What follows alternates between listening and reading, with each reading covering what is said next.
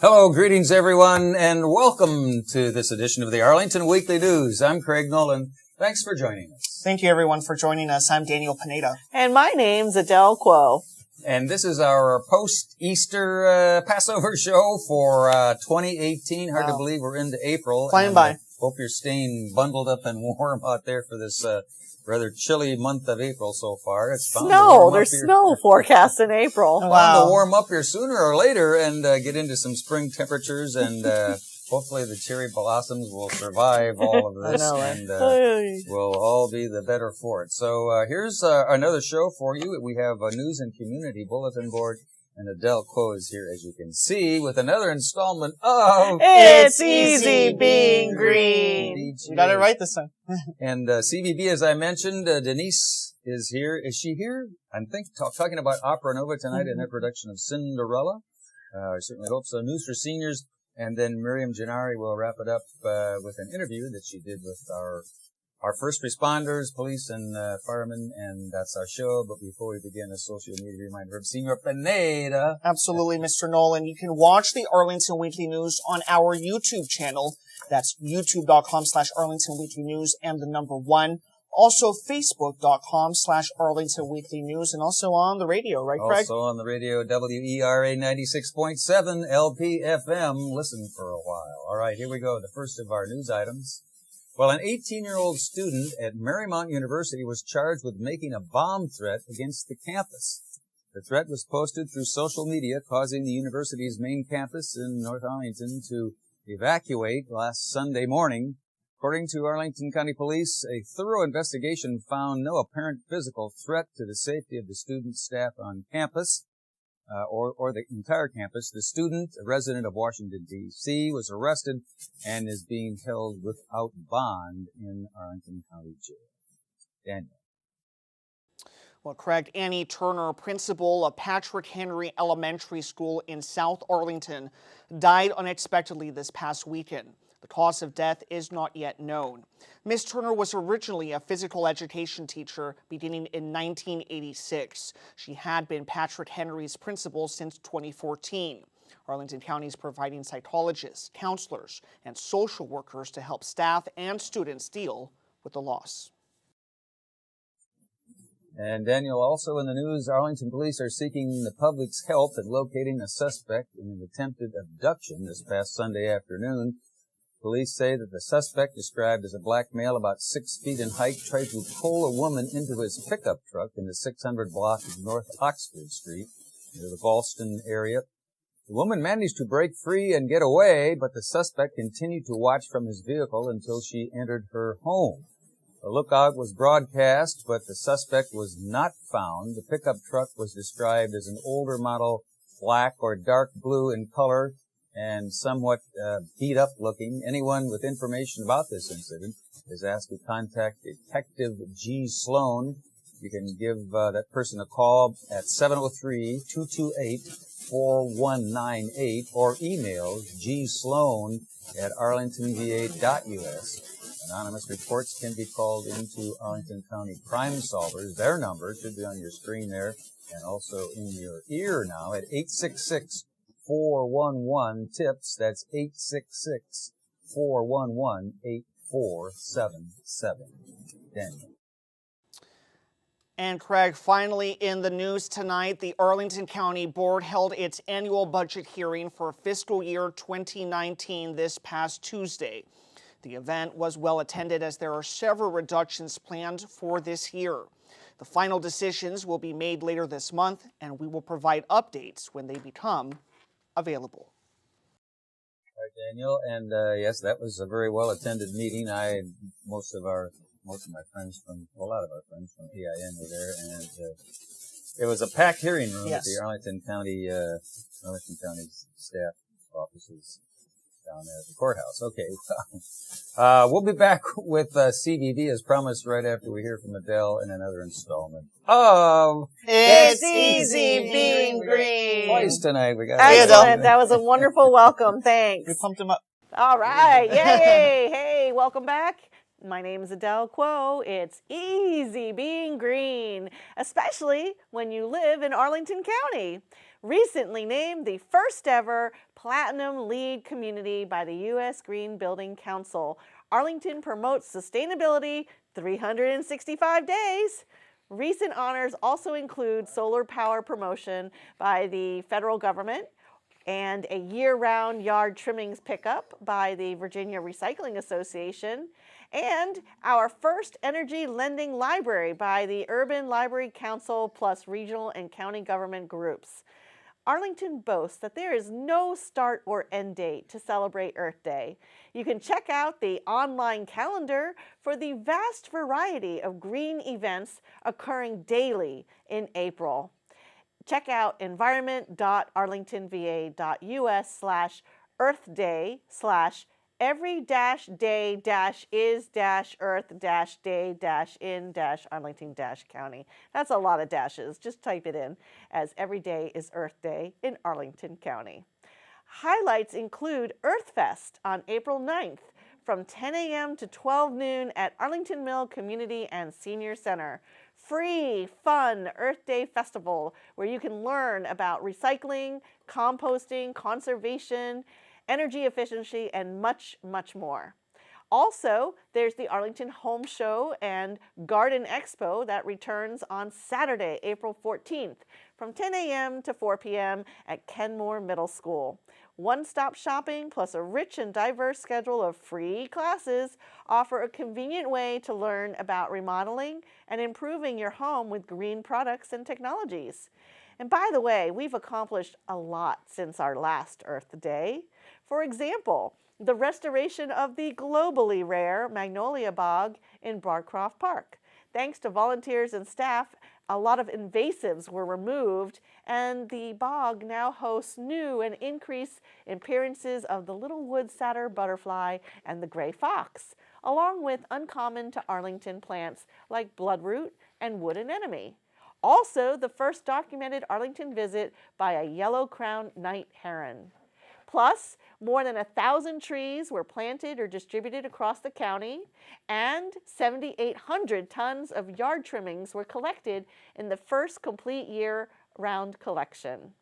Also, 5 acres of hardened 4-mile run stream bank replaced with restorative native plantains occurred, and another 5,600 native plants were propagated in the county native plant nursery. That's more than twice up from 2,000 in 2016.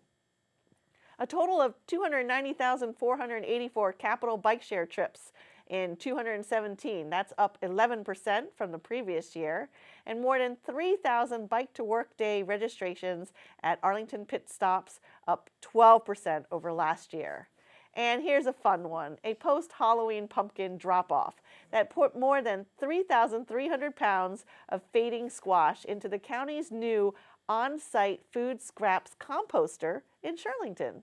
So remember, it's easy being green when every day is Earth Day in Arlington.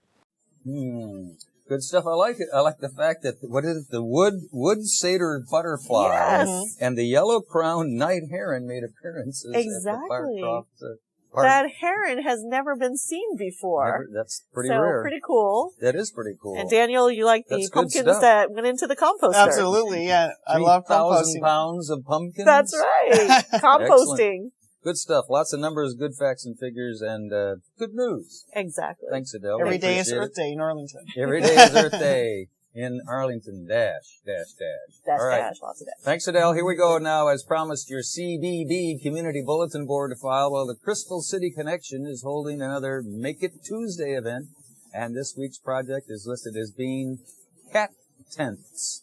According to the website, attendance is on a first-come, first-served basis, and supplies will be provided until we run out, end quote. Don Hammond's Arlington Weekly News placed a call to determine exactly what cat tents are, but the connection expert was unavailable, and no one else seemed to be quite sure of what was going on there or what it was. A web search revealed several commercially designed cat tents for sale, but the best way to find out about this particular project is probably just to show up. It'll be held on Tuesday, April 10, from 4:30 to 5:30 p.m. portion of the day. 2117 Crystal Plaza Arcade in Crystal City, Arlington. And whatever it is, cat tents sounds like fun. Then. Well, Craig, we don't want to alarm anyone, but it's a fact. 81% of area residents report having 3 days of emergency food supplies in their home. Here's a fun way to see how your emergency plan measures up. It's a game-based interactive workshop and will help you develop a plan in case disaster strikes. This program is for ages 16 and older, but ages 12 to 15 are welcome if they come with an adult. This free event takes place on Wednesday, that's April the 11th, from 6 to 8:30 p.m. at the Arlington Mill Residences, 901 South Dinwiddie Street in Arlington, Virginia. RSVP by calling 703-228-7782. And Daniel, also in our CBB file, here's an event for families with kids ages 5 and older. It's called the Excellent Expedition. When spring finally gets here, you can go on a hike through the park to see how many different kinds of eggs are out there. After all, egg laying isn't just for birds. This all happens on Wednesday, April 11, from 3 to 4 in the afternoon at Long Branch Nature Center at Glen Carlin Park. They're located at 625 South Carlin Springs Road here in Arlington. For more information and to register, number should be on your screen and in your ear now, 703-228-6535. Daniel.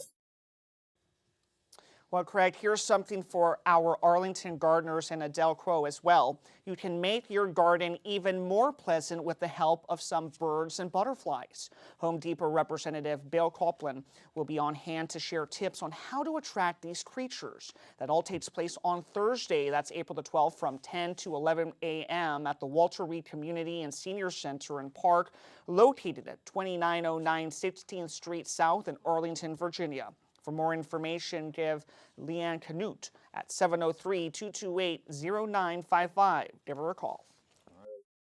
And as promised, we'll be back with our News for Seniors file right after we hear from Denise and her thoughts on what's going on down at Opera Nova. Here's Denise. So now Don Magnifico is very upset and he gets very cranky because he was dreaming about some sort of donkey. Let's find out.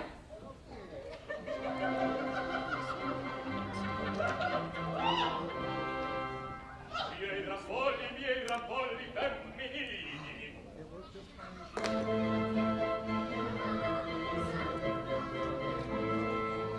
Vi ripudio e mi vergogno. Sul magnifico mio sogno. It's not? Okay. Mi veniste ascoltar. Okay. Never mind. My bad.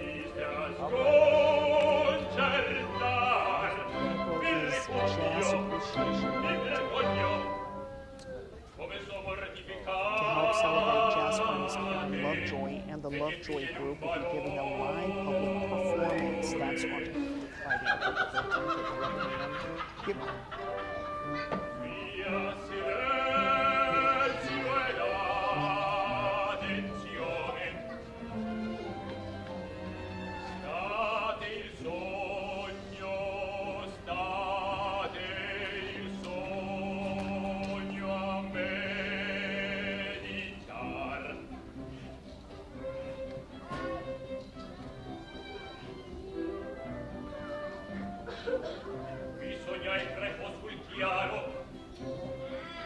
Bisognai sul chiaro un bellissimo somaro.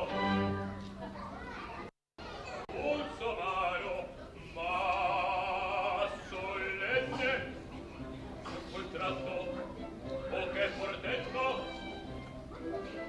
sulle spale a cento, sulle spale a cento, mi puntavano le penne e l'inaria su. Volò. A donkey that can fly? He's crazy. E in cima un campanile come un trono si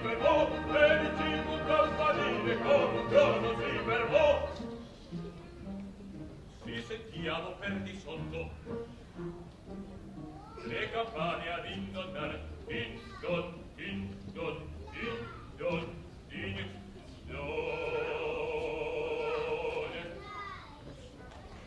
Cici ciucciu di voto, mi veniste a risvegliare. Cici ciucciu di voto, mi veniste a risvegliare. Cici ciucciu di voto, mi facesti risvegliare. Cici, cici, cici, cici, cici, cici, cici, cici, cici, mi facesti risvegliare. Cici, cici, cici, cici, cici, cici, cici, mi facesti a risvegliare. Mi facesti a risvegliare. Mi facesti a risvegliare. Mi facesti a risvegliare. All right. Wow, that's great. Opera Nova Opera and Nova. their production of Cinderella, as you may have noticed, Denise was not here this It was week. a different look at Cinderella, She's on right? assignment. A much different look at Cinderella. But we thank you to Opera Nova and their efforts down there as they're in production for Cinderella. Okay, here we go. As promised now, our News for Seniors segment, News for Seniors glasses in place. And here we go, off and running. Seniors who may be thinking about taking up pickleball, well, heads up, here's your chance. They should be aware of not only the physical benefits, but also the physical demands. A doctor from Source Physical Therapy will discuss how to prepare the body and avoid common injuries. That's coming up Tuesday, April 10, 11:30 in the morning at Arlington Mill Community and Senior Center. 909 South Dinwiddie Street here in Arlington. For more information and to register, call them at this number, 703-228-7369. Daniel. We always love those pickleball stories, right, Craig? Pickleball, just fun to say. Yeah. Well, Craig, April is Jazz Appreciation Month. To help celebrate, jazz artist Karen Lovejoy and the Lovejoy Group will be giving a live public performance. That all takes place on Friday, April the 13th at 11 a.m. at the Walter Reed Community and Senior Center and Park. That's located at 2909 16th Street South in Arlington, Virginia. For more information, call 703-228-0955. Don't let that date scare you. All right, Daniel. Friday 13th. And also, Friday the 13th, that's my lucky day. Yeah, my lucky day too. Netflix and other television streaming services are the topics of a demonstration by tech guru and Arlington Mill Senior Center Director Nick Anglin. Some TVs have Netflix already built in, while others need a separate device, which Nick will explain and talk about. That's coming up Wednesday, April 11. At 6:30 in the early evening at Arlington Mill Community and Senior Center, 909 South Dinwiddie Street here in Arlington. For more information and to register, give them a call at this number, 703-229-7369. Daniel. Well, Craig, artist and art educator Jennifer Droblin will present a program on seeing art as artists do. She will discuss how art helps to better understand the world around us. The presentation will take place on Monday, April the 16th at 11:30 a.m. at the Aurora Hills Community and Senior Center. That's located at 738 18th Street South in Arlington, Virginia. For more information and to register, give them a call at 703-228-5722. And of course, we want to thank our own Judy Masomny for this week's Senior Stories. Thank you so much, Judy, for your hard work and dedication. You bet. Thanks, Judy. We appreciate it. And we'll be back with bye-bye and sign off right after we hear from Miriam Gennari and her guests. Here's Miriam. Hi, and welcome to another edition of the Sustainable Scoop. Arlington residents know too well the degree of readiness required of first responders, especially post 9/11. Yet many don't know Arlington is facing a staffing crisis as government has failed to take care of the men and women we rely upon for our safety. Joining us today is Josh Wise, firefighter EMT, Brian Lynch, firefighter paramedic, and Matt Martin, he is a police corporal. Thanks for joining me, gentlemen. Thanks for having us. Thanks for having us. Brian, let's start with you. Can you give me some vital statistics on how Arlington firefighters rank regionally in terms of compensation? Right. So if you look at our starting salary versus the region, we're 21% behind the regional average. And that continues over a career, that over, let's say, a 20-year time span, a firefighter in Arlington is going to earn 13% less per hour than firefighters in our surrounding jurisdictions. Wow. And what about you, Matt, Arlington Police Department? Can you tell me a little bit about how we rank regionally? Sure. Regionally, we're middle of the pack to maybe just above the middle of the pack for our starting salary. When you look at several factors, the biggest one is that Arlington requires 60 college credits for its police applicants, and we're the only agency in Northern Virginia with that requirement. So when you take that into account, other agencies actually provide an add-on or a bonus for applicants with a college education. So once you factor that in, we drop even further behind. Well, why is it that you require that degree of education for Arlington County? So we think that Arlingtonians want to be policed by well-educated, well-trained, thoughtful men and women. And there are studies that show that college-educated police officers are less likely to use force in citizen encounters, and when they do use force, it is usually more appropriate. And that's just one example of why we think that having college-educated police officers is a good thing for Arlington. And now the attrition rate for firefighters is staggering. In fact, Arlington County lost $8.1 million in training costs for since 2014 on firefighters they've lost. Why are we losing all of our firefighters? We just can't make ends meet with the county. We can go do the exact same job, and we can go to another place and get paid a fair compensation for what we do. And a lot of people have families, and it's easier for them to take the training that we've provided for them, go to another department. They are preferential hires, and then they get to go and start the new place. And the station that you work at? Station 5 in Crystal City. That's the first responder 9/11. I guess all of Arlington was a first responder 9/11. Yeah. Right. They were the first unit on scene for when the plane crashed into the Pentagon. Okay, so I'm assuming that you're high tech, great equipment. Yes, ma'am. Yeah. State of the art. State of the art. Absolutely. So it must be awfully frustrating for new recruits to come in and find that they can't live here, but you live here in Arlington. I was fortunate enough. I inherited my house, and we moved in at the beginning of last year. So but I was born and raised in Arlington County, so I'm one of the few. I think there was like 3 of us when I joined. So I joined in 2007. There was 3 born and raised Arlingtonians who were on the fire department. And then I think there's about 2 of us left now. Wow. Yeah. And Matt, how down staffing wise are you right now for Arlington Police? So our authorized strength is 370 officers. And by the way, it's been around that number for about 15 or 20 years now. So despite the growth in Arlington, both in population and development, we have not added a significant number of officers in that time. But right now, today, we are operationally 48 officers below our full staffing. We have about 20 to 25 recruits somewhere in the training process, but they are generally months away from becoming solo patrol officers. Wow, that's a lot of stress on the officers. It is, and it requires a lot of overtime to meet minimum staffing requirements. Every patrol squad has a minimum number of officers who need to be working at any given shift.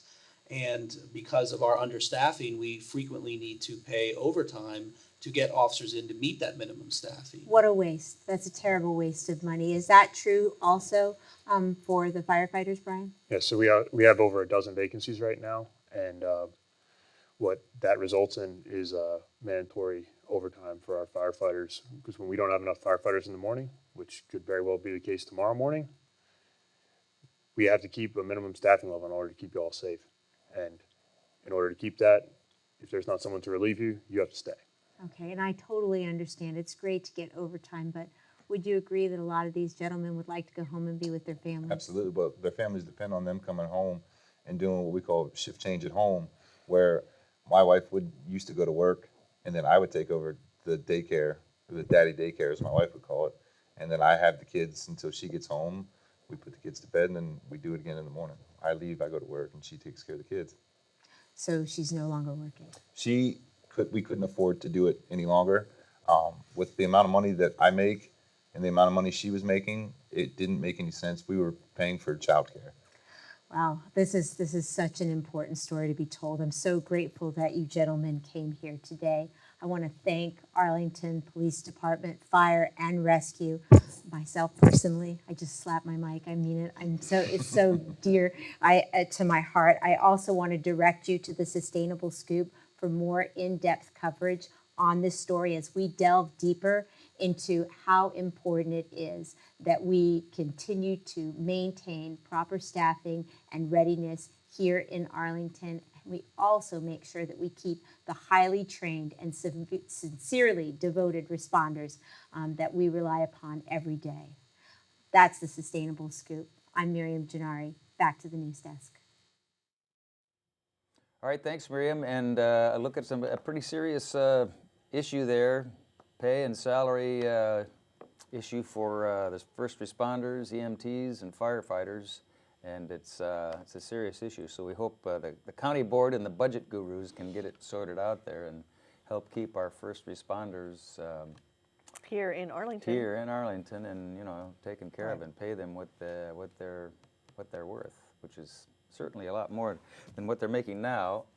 So that's about it. We went to the budget meeting. It was a packed house down at the Both of us Arlington. Daniel was there at the Arlington courthouse. The courthouse, the county hearing room, I guess you call it. And it was a packed house, well represented by members from AIM, and so we hope the county board members heard us. They saw us, so we hope that will do some good, and they'll get the budget thing straightened out. Right, such an important cause here for our station. It is. All right, anything else to add before we go, folks? On that happy note, the budget is always less than enjoyable topic, but it needs to be discussed. Right. Okay, well that's a wrap from us from here for now. So next week, if you're there, we'll be here and we'll try it again. Have a safe week. Bye-bye.